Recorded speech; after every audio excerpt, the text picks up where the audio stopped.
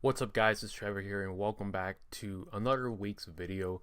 So in this week's video, we're going to talk about why you should hire locally in your country versus overseas. Now, in this video, we're going to talk about US employees because that's the country I'm from, but just know that if you're from another country like the UK, Australia, for example, when I say US employee, just think of it as UK employee or Australian employee. The same thing applies to your local country. But for keeping it simple, I'm just going to say US employee. Just know that, I know what I'm talking about. So why should you hire US employees over virtual assistants or overseas employees? They're the same word, same meaning, same thing. Well, the very first thing is, one, I want to take a look at the big corporations like Amazon. What are they doing necessarily with hiring overseas and what they're doing with hiring locally? So as you guys can tell, most of the live chats through Amazon, which is their main form of communication besides email, where the customers can talk to Amazon, is going to be through live chat. This is all from my experience. I do a lot of retail arbitrage, so I know my VAs talk to a bunch of other VAs on Amazon, so it's like a VA back and forth if you take a step back and look at it. So Amazon uses VAs for live chats to communicate with customers, and then Amazon uses US employees for back-end software, logistics, delivering, because, well, you can't hire a VA to deliver packages to US customers. So that obviously makes sense because they're overseas. But VAs in large corporations are usually upfront employees. They're trained well, so they seem like they're actually US employees. They can fool you, but most of the time you can tell right through that they're overseas and not native speaking. So for the most part, large corporations use VAs and virtual assistants and overseas employees, same thing, to have it upfront, meaning the customers talk to these overseas employees. Now, to give you some background, I do have my own team of employees. I have 8 full-time virtual assistants from overseas. They're all in the Philippines, and 2 freelancers. They're also in the Philippines as well. I highly recommend you guys still. I know this video is about why hire US employees over virtual assistants, but virtual assistants are very, very good still for any type of small to medium sized online business, because they're affordable, but they're also relatively easy to train. Obviously, this depends on person to person. I'm not trying to judge an entire country's people just by this one statement.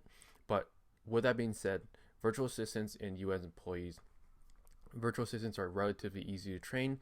I can't say I've experienced training US employees, but I am definitely headed towards that direction for especially one business that will probably benefit a lot from hiring US employees.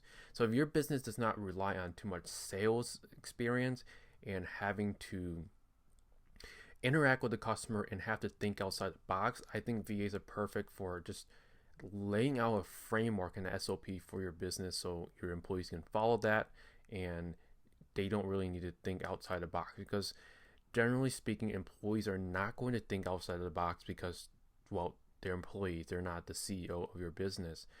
They're not making the decisions. You give them directions and they do and execute those tasks. Now, the thing with US employees is that I'm not going to say that they're smarter, because one can argue IQ is based on whatever, but US employees generally can think outside the box better than virtual assistants and overseas employees.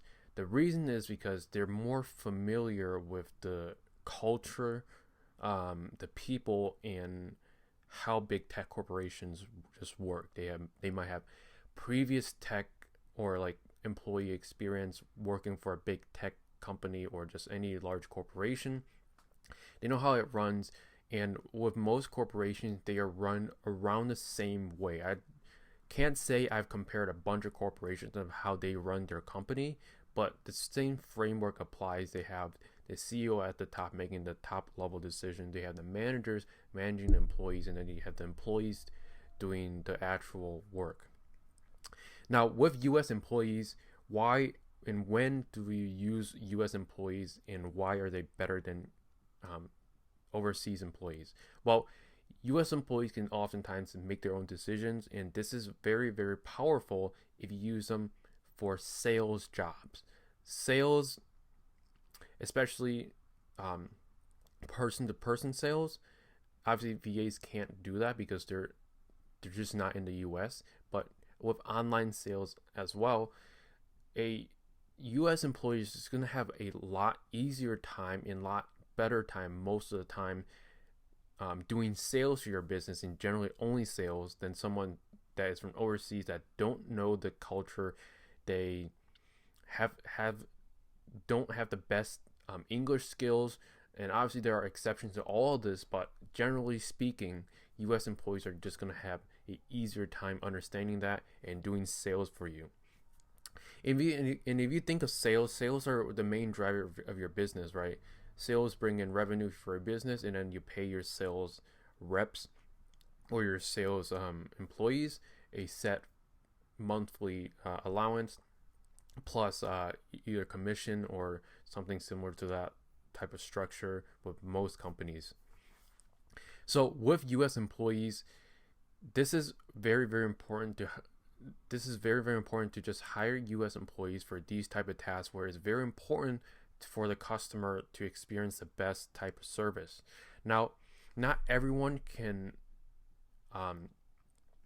make U.S. employees make sense for their business, because one of the big disadvantages of the U.S. employees are that they're expensive. Minimum wage is, I don't know, obviously depends on each individual state, but it could be $10, $15, $18, whatever state you're in. But one strategy that you can do that I've learned from other people is that you can hire people that are in lower income cities in the United States, because every city has different income levels.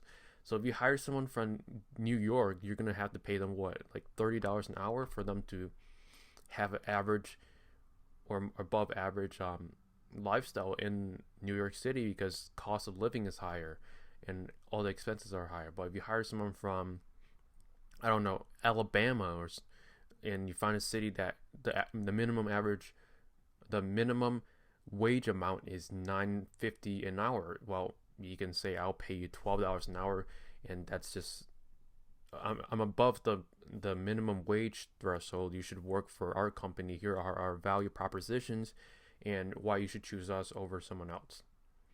So just switching cities, Americans are Americans because Americans are Americans either way, but people from different cities may have different skills. It just depends.